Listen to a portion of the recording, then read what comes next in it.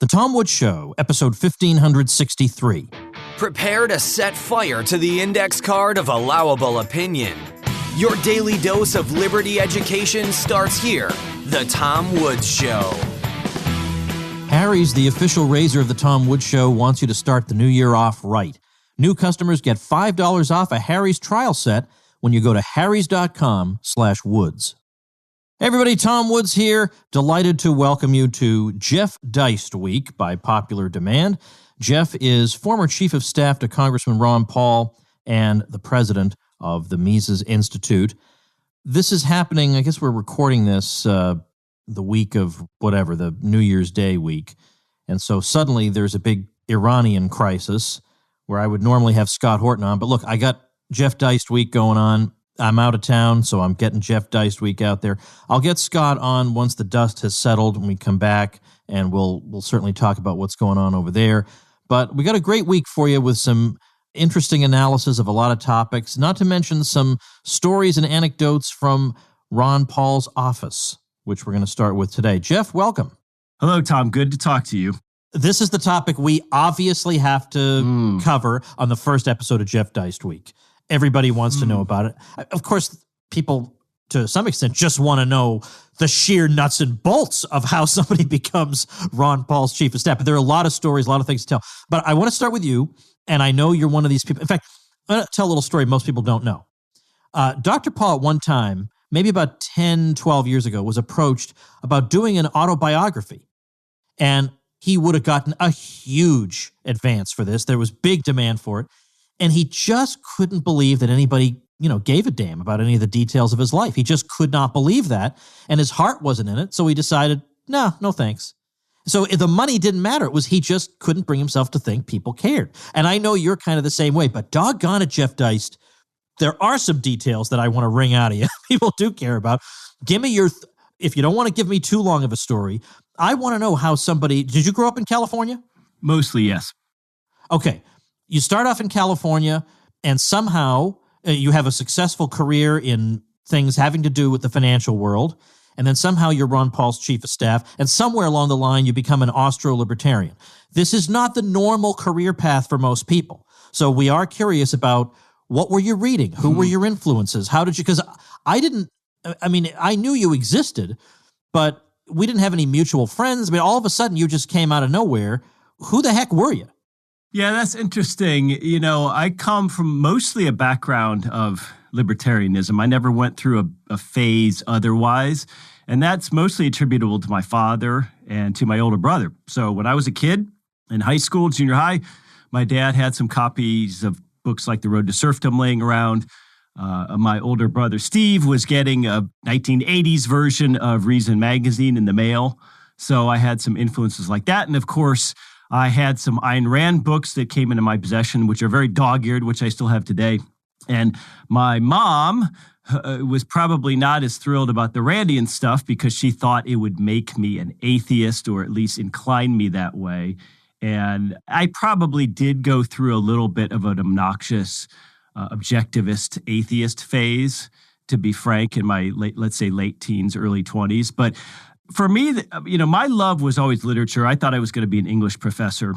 Oh my gosh, thank God we saved you from that. Yeah, that's really what motivated me. And I particularly liked 20th century British satire, Evelyn Waugh, Graham Greene, stuff like that. So my plan was, hey, I'm going to go become a university professor and teach literature and that sort of thing. And at this point, we start to get into the early 1990s, and I started to become aware that there was a PhD glut, especially in California. And so I was going to school in San Diego at the time, and I started to rethink my path. And I said, it's the idea of being a professor appeals to me, but I have to be realistic, and I don't want to be poor, and yada, yada, yada. So at that point, I thought about going to law school and ultimately did. And from my perspective, it sort of dovetailed with my personal interests because I was already a budding libertarian and felt that, as a lawyer, I might be able to help defend people against the state, whether that would be criminal or I think, regardless of whether the person is factually guilty of the acts, they're alleged to have committed, that doesn't mean the state has any moral, ethical, legal right to prosecute them. And, I ultimately went into tax simply because I felt like the taxpayer was always in the right. There was no such thing as a just tax. There's no such thing as lying on your taxes or cheating on your taxes, that sort of thing. And so in the early 1990s, I had a good friend, Joe Becker, who was a graduate student at UNLV because Murray Rothbard and Hans Hoppe were teaching there at the time, and that was the reason he was there. So I was living in San Diego, and he would occasionally say, hey, come on up to Las Vegas. You got to see this guy, Murray Rothbard, this professor. So I said, okay, I'll come up. And I drove up a few different times. And Rothbard's courses were always at night. He was very much a night owl, so he taught his graduate sessions at night. And afterwards, they would all go to a little place, not on the Strip by any stretch. This is way off Strip. I think it was on Sahara Avenue. A little place called the Stakeout, which is a little sort of grimy video poker burger joint. And I think it's still there, actually. And Murray would come and talk to his students, and Hoppe, I think, would sometimes come. So I didn't really realize in those one or two times that I might have met Rothbard, that I did meet Rothbard, I didn't really realize what he was. I knew he was a libertarian professor, and I had heard of the term Austrian economics, but I was still at that point very much in that sort of, generic libertarian camp. I thought things like legalizing pot, that was still edgy back then. Taxpayer funded stadiums are bullshit. That was the sort of level of my libertarianism. And and we still find this today. In other words, libertarians who aren't rooted in economics are generally bad libertarians. And so thankfully, I found out through my friend Joe about the Austrian school and started reading that heavier, denser stuff, which I'm now, in retrospect, glad to have read. But as far as Ron goes, Dr. Paul, just a few years earlier, when he ran for president in 1988, I was just getting into undergraduate, I guess, second year in undergraduate maybe. And so I went and saw him. And back then, of course, you had to know that he was coming. He came to a little Ramada Inn in Santa Ana, California. I believe it's no longer a Ramada Inn. But the building's still there. And so I think through my local libertarian group had a newsletter or something, and I mean physical newsletter. And I found out about him coming, and I went and saw him. And that's where I met a couple people with whom I would stay in touch over the years. And so I have, in a sense, known Ron for that long and then stayed in touch with him. But my intention was very much just to be a lawyer. And I never imagined I would be doing anything else with my life. I got into mergers and acquisitions, which is a very particular area of tax law. All the stuff dealing with buying and selling companies, which, as you can imagine, there's a lot of complex tax structuring and a lot of cross-border international elements to this stuff. And so it gets very complex. And as a result, especially from a little bit in the 90s with Alan Greenspan and into the early 2000s, and then especially with Bernanke up until the crash really of 2007, the M&A market really, really went crazy in the United States. Well, actually worldwide, but especially in the United States. And so it was it was lucrative at the time. It was very easy to have a job. You got a lot of calls from recruiters. So it was a good, strictly from that perspective, it was a good place to be. And so it was really just a call from a friend of mine who worked for Ron later on that sort of convinced me to end up working for him in his congressional office. And then through Ron, meeting Lou Rockwell and ultimately coming to the Mises Institute. So all of that is kind of a quick and dirty version of how I came to be sitting here where I am today in this room in the Mises Institute. Geez, there's a lot of stuff that I could riff on, but I want to pick out one in particular. Your kind of offhand remark that people who are not rooted in economics tend to be bad libertarians. And you hear that, I think, some people in the audience here, and you think that can't be right. Economics isn't for everybody. But there are very few exceptions to this rule, it turns out. It's very strange. I mean, and I think I have a theory as to why it is. But when I think of people who are kind of squishy in their libertarianism, or they're more interested in appearing chic than they are in being really principled, almost none of them are rooted in economics. Because in economics, we're looking at private property and the division of labor and all these clear-cut things. There's nothing mushy about it. There's nothing flighty about it. And it roots you in something. It's not that libertarianism is about alternative lifestyles. I mean, obviously, libertarianism says you can't use violence against people because you disagree with their lifestyle, but that's not what fundamentally is. It's fundamentally non-aggression, peace, and all these other things that I think flow naturally from economics. But also I think about some of the people I have to deal with who are sniping at me from the sidelines, and almost none of them are end the Fed people. Almost none ever talk about the Fed. It's always the same 3 or 4 issues that won't get them in trouble with the New York Times. It's almost like they're embarrassed to talk about the Fed because that will embarrass them in front of the New York Times. And mainstream respectability is what these people crave. I don't know, but I think there's something to what you said. Why do you think that is? Well, first of all, depending on how you view it, economics is everything. We're talking about human action. So that encompasses things like family and relationships and charity and all. It's not just the economic marketplace. It's not just your job and your finances and your bank account and your stocks. It's everything. Human action encompasses everything we do. There's choice and scarcity and trade-offs and incentives, and all of these concepts are work their way throughout life. But more importantly, I think unless you're rooted in economics, you tend to be malleable. You tend to sort of flail around and say, well, maybe Iraq, we should go in there because Saddam Hussein is such a bad guy. Well, no, there's no distinction between so-called foreign and domestic policy, for example. That's an irrational distinction that doesn't make a lot of sense. I mean, there's the same sort of choices are involved in each, and there's force involved or potential force involved in each. So this is why when we look at someone like Tulsi, whom I like, I think she's a natural person. And I really believe in, to an extent, trusting your instincts and your gut when someone seems like a good person, that even if they're wrong on certain policies, we should give them some rope.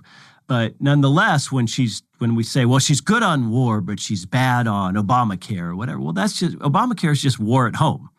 It's just domestic violence, right? I mean, so I don't like that distinction. And I just feel like people who don't have a firm grip on econ tend to be flighty because everything comes down to sort of social issues, whatever that means, or cultural stuff or whatever. And that generally leads to bad results.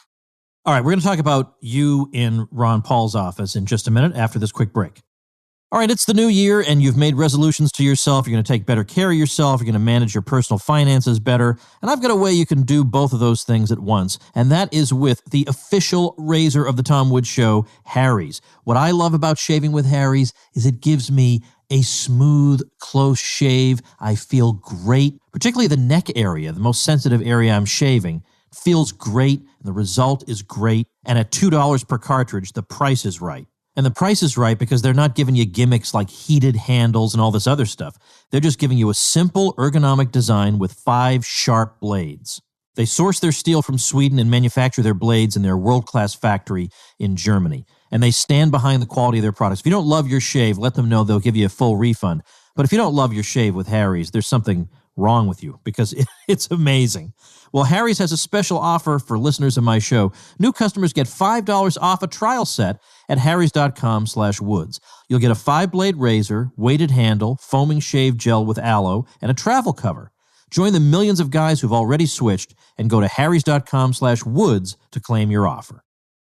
All right, what I always want to know when I talk to people who worked in his office, and I did a Ron Paul week early on in the history of the show. I did Norm Singleton, Steve Bierfeld, and several other people who worked for him at one time or another. And I just wanted to get something of the texture of what it was like to be in his office. I wanted to get anecdotes. I wanted to know stories, because I think that's not so much what bills did he vote no on, but what was it like to work in Ron Paul's office as compared to, the office of Congressman Schmo down the hall? So what can you share with us, maybe that people haven't heard before? It's so funny because he's such a nice guy. He really is. What you see is what you get. There's no different Ron behind the scenes or something. And most members of Congress are really laughably mediocre in terms of what they've done in their lives. And they're mostly just self-important. It's unbelievable. Even the staffers, some of them become self-important. I mean, it's just, they say DC is Hollywood for ugly people. It really is Hollywood in the sense that there's status and there's hierarchy and, you're the chairman of such and that's higher than someone who's just a ranking member of such and such, So that stuff is just endless. And of course, Ron had no interest in any of that. He came from being a medical doctor. He'd never run for office or held office before he was in Congress in the 1970s. And so most members of Congress have, they've gone to Tuesday evening zoning meetings in their county for 5 years and then become a state rep and then ultimately gotten their name out there to run for Congress. So they tend to be sort of the Tracy Flicks, people who have seen the movie Election, which is a great movie, which I recommend. So, they're the Tracy Flicks of the world. And Ron was nothing like that. And, just a very nice, warm guy. And Carol would come up to the office and, his personality and demeanor is very unlike Rand. He is very, very sort of salt of the earth in his approach. And there's so many times I remember things that just stick out to me. 2012, I guess, during the second presidential campaign. And I didn't work on his campaign, so I worked in his congressional office, two very separate things. But nonetheless, there was a CNN debate. And it was held at the Constitution Town Hall, which is run by the Daughters of the American Revolution. And it's a very nice venue there in D.C.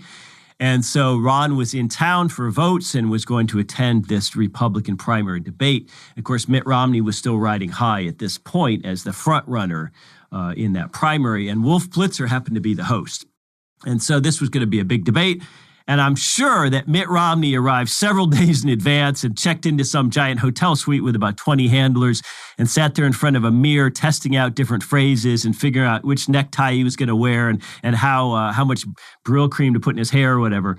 And, contrast this with Rod. We're still in the office about 4 o'clock. He says, well, I'm going to run home to my condo and then we'll come back over. Why don't you come with me? Of course, Rod's just wearing his same old sort of inexpensive suit that doesn't fit quite right and whatever tie. He doesn't worry about these sort of things. And we go over to his condo in Northern Virginia, which is very modest. I mean, it was a 70s condo that he had bought the first time around in Congress. And, he's just in there heating up some Campbell's soup or something. And this is about an hour before this debate starts. So he just wasn't worried about it because he felt like whatever they asked him, he would have an answer, and he wasn't going to particularly worry about what he was going to say, and that his answer would be the same whether that was a CNN audience or a constituent in his office or speaking in front of some prisoners, or speaking in front of a church group. Just didn't matter. And so that just struck me that, and then of course just the two of us went over to the debate and it was no big deal, and he did his usual style. So I really enjoyed things like that. And the idea that he, I think, suffered somewhat is interesting.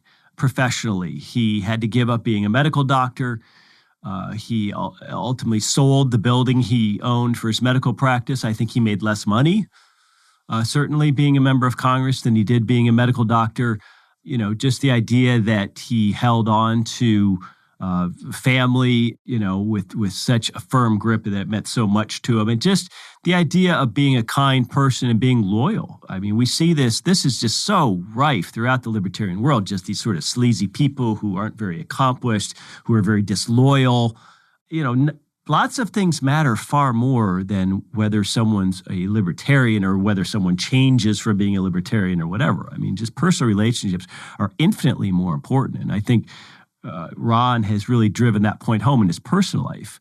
He probably won't listen to this, but I won't embarrass him. But the fact that his eldest daughter Lori has had some cancer scares over the last few years has just absolutely racked him and Carol. It's been something that's so tough for them because they have 5 kids, something like 17 grandkids, a bunch of great grandkids, maybe 19 grandkids, a bunch of great grandkids and counting. So really sort of an all-American family. 3 of his 5 kids are medical doctors, and all 5 of his kids he made sure got through college with no debt. It's just a really remarkable story of a man who delivered so many babies, 4,000 babies. This is quite a remarkable life, and it's probably too bad he didn't take someone up on that idea of doing a biography. I think it would have been interesting. I mean, if we're interested in Ross Perot's life, or if we're interested in anyone else's life, surely Ron's is an American story, and I think in many ways that sort of down home, aw shucks country doctor thing was genuine. And his plain spokenness served him very well in Congress. Carol's cookbook, that sort of thing, it wasn't jaundiced. It wasn't calculated. It was very natural. And I think people responded to that. I think people responded to the way he answered very plainly in debates without a lot of awful political speak. And, you take all that. And I think in a sense, that's why he was disliked by the DC libertarians, is because of that naturalness to him. He's sort of a natural person. And as completely unjudgmental or non-judgmental, I should say, as he is in his personal life towards others, he actually, lived, I suppose, a conservative lifestyle. If you consider, a married family guy with kids and pretty healthy and not much of a drinker or smoker and all that sort of thing. So it's interesting that a guy who was such a non-politician was actually a good natural politician. I think Lou Rockwell has pointed this out. It all served him well, and some things can't be faked. I think that's what we have to take away from the Ron Paul years, is some things can't be faked. Here's what I want to know about your time in his office. He has a very even temperament from what I can see. And he has said, when people have asked him, how have you managed not to be profoundly disappointed and depressed in your career in Congress, his response always is, I have very low expectations. And we all chuckle at that. But it's a genuine, legitimate question. And so I'm kind of curious about him being angry, something that actually made him angry. And I'm going to take just a second, mention a little story. I don't think he'd mind me telling this because this is 8 or 9 years ago now. It's water under the bridge. It was a quick thing and it passed. But I have the distinction of, I think it's a rare distinction of being a person that Ron Paul was genuinely angry at. Like he got on the phone and just lit into me. And I think not many people have had this experience, and I never want to have it again. I'll just say that. And as I look back on it, I was 100% in the wrong. I really was. But I was so taken aback because I couldn't believe this was happening. So what I want to know is, and of course people are dying to know, what did I do? Well, I'll tell you, Jeff, but I'm not telling them. What I want to know is, was there ever anything that, despite his low expectations, he just got in the office and he slammed his keys down and said, son of a, I can't believe this happened. Did you ever see that? Yeah, not really. I will say that he hates to wait. He's a nervous, impatient person. He walks fast. He wants to get out of the next thing, and he really hates to wait if somebody schedules a call or an interview or something like that with him. But I think it just comes from his years of being an OB. I mean, you were going from patient to patient, and sometimes those babies came in the middle of the night. There were many, many times he drove on backcountry roads in the dark in South Texas at 3 a.m. To some regional hospital because there weren't too many OBs around. So I think just being a doctor and having a really busy day, this is not a guy who slows down. I mean, he is in absolutely remarkable shape, turning 85 next year. Other than double knee replacement, which in typical Ron Paul fashion, he had both knees done at once over a December Christmas recess one time in the early 2000s. Stairs used to give him a little trouble before the knee replacements. This is just a guy, some people are just wired that way, just kind of has always been a thinner framed guy and high energy and just ready to go. And so I've never seen him angry, but I've certainly seen him impatient, not a guy who likes to wait. But I do want to know what the hell you did, Tom, because... Oh, I'm going to tell you as soon as we finish. And now this will be one of these things that in my supporting listeners group, you'll have to be at the super deluxe, like plutonium level of the supporting listeners group for me to disclose what it was. That'll be one of the benefits that you get. I also want to know, was there anybody else in Congress with whose office you were able to work somewhat cordially, so that it wasn't entirely just enemy territory? Oh, sure. Jimmy Duncan from Tennessee. Who, by the way, has been a guest on the Tom Woods Show a couple of times. He has the area where UT is. I can't remember. I guess that's Knoxville, Tennessee. And so his father held that seat before him. And so that used to be several counties surrounding Knoxville. And then as the population grew, the district shrunk to be, I think, mostly the city. So he was obviously a great guy. And the late Walter Jones, who was just an absolute sweetheart of a man, also a very kind, genuine guy, kind of more in the Pat Buchanan protectionist mode, but ultimately came around to be a very strong non-interventionist with regard to foreign policy. So I would say Walter Jones from North Carolina was our closest ally on the Hill. And Ron had lots of personal friends. There was no, people in Congress generally liked him because I think they didn't see him as competition for their committee assignments or, for the limelight or for moving up into that next higher assistant whip position or whatever it might be, because Ron didn't care. So he had plenty of friends. It was cordial. And to an extent, they left us alone. Lobbyists left us alone. And And leadership left Ron alone a lot more than most offices. Most offices, you'd be getting a lot of pressure to vote a certain way when, let's say, a procedural vote was close or an amendment to an appropriations bill was going to be close. Whereas we had the luxury mostly of being left alone because they just figured Ron was going to be Ron. But even amongst the Texas delegation, he was well liked. And of course, they flew back and forth to Houston a lot together. So they got to know each other on the flights. Now, I'm not sure him and Sheila Jackson Lee ever became bosom buddies. But certainly some of the Democrats in the caucus that he flew with a lot. So, it wasn't like it was an acrimonious or combative atmosphere. It was just a stupid atmosphere. It was just, it's not like House of Cards with Kevin Spacey. People want to think it is, and it really isn't. It's just a bunch of self-important dullards. I mean, there are smart people in Congress, don't get me wrong.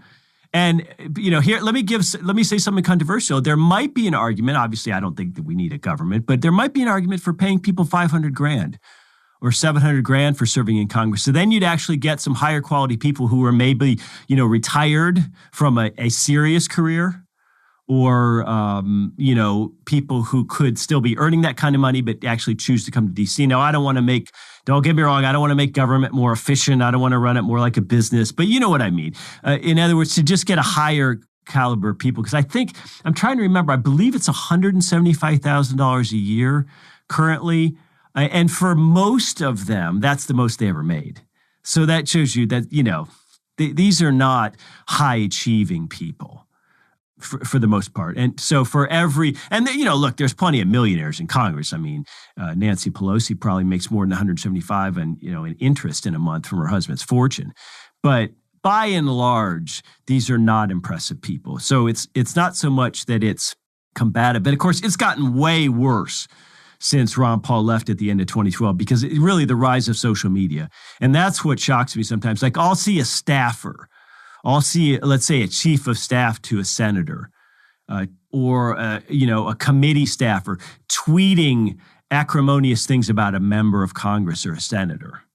And that is definitely a change. I mean, I would never have thought, it would never have dawned on any of us as staffers to criticize another member or senator, publicly, or to do anything that would ever get Ron in trouble. I mean, your first rule as a staffer is do no harm. So that, the environment has really changed. And now, of course, you have impeachment. You have people like AOC. So I can't even imagine. I think we're moving in leap years now. I can't imagine what it's like on the Hill now. But it's a new era. Well, in a way, it's kind of comparable to thinking back to, let's say, when you and I were in college. And, things were rough then, but you could navigate it if you had to.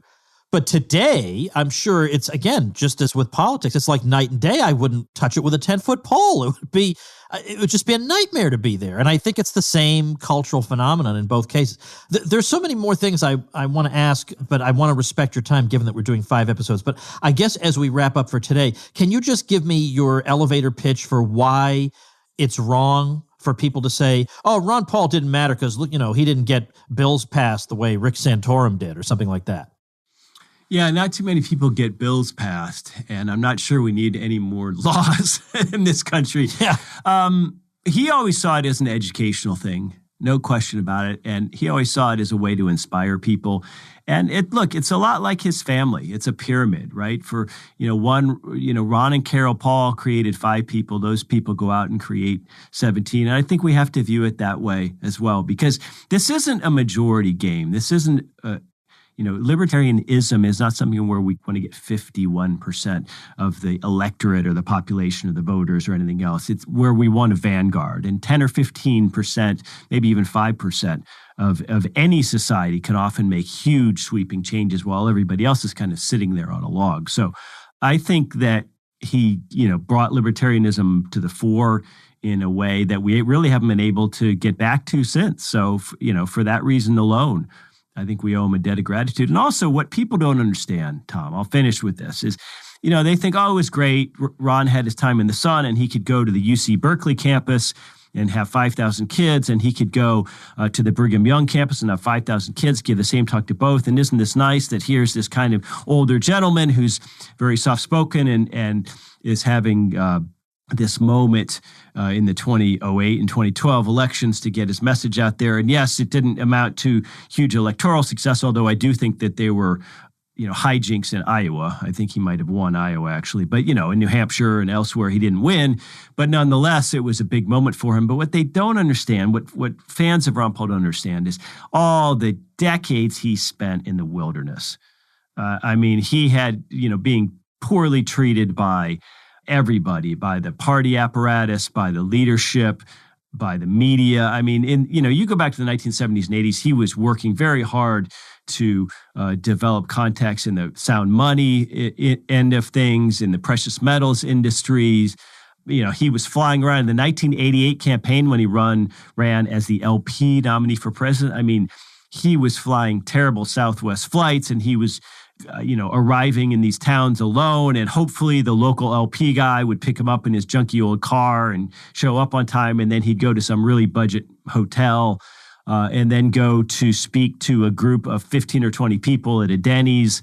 There were a lot of years in the wilderness before he ever became the Ron Paul that we know. So obviously I'm exceedingly biased. I've known him for a long, long time. I consider him a friend. So if people don't like Ron Paul, that's fine. They shouldn't listen to me. But he has put a lot of blood, sweat, and tears into this over the years, and I think that we owe him for that. Yeah, I think it's simple gratitude is in such short supply in so much of the libertarian movement. Simple gratitude. I may not agree with this or that strategic decision, or I don't agree with that particular policy you have, but gee, you sure have worked hard. You can't get that out of these people. just simple, common courtesy you can't get out of a lot of these people, which is why I agree with your point that sometimes when all's said and done at the end of your life, were you a good person? Did you just have the basic qualities that go into making up a good person? Should be reckoned maybe even higher than whether you wrote 3 essays on the non-aggression principle. But anyway, all right, we've got some great juicy topics to cover later this week. So, Jeff, we're going to call it quits for today and resume tomorrow. Thanks so much. All right, thank you, Tom. All right, folks, don't forget to download my free ebook, which is pretty unfashionable these days, this particular ebook, on how the warfare state, the military state, even when there is no hot war being waged, deforms the economy in ways you may not have thought of. I got them all described in devastating detail over at militaryeconomy.com. The ebook is called The Pentagon versus the Economy. So check it out at militaryeconomy.com. More with Jeff Deist tomorrow. Become a smarter libertarian in just 30 minutes a day. Visit TomWoods.com to subscribe to the show for free, and we'll see you next time. Like the sound of The Tom Woods Show? My audio production is provided by Podsworth Media. Check them out at podsworth.com.